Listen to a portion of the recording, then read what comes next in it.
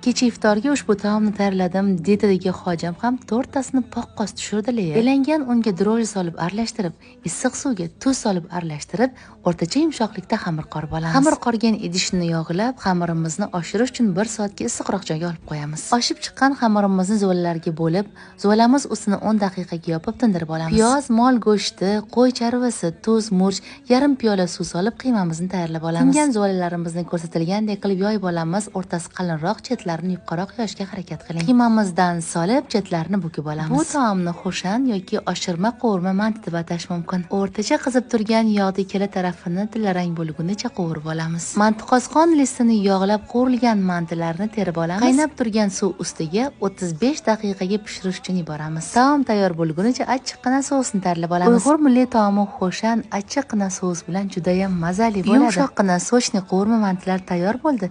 Retsept yoqqan bo'lsa, nodirangizning duo qilishni unutmang. Yaqinlaringizga albatta tayyorlab bering.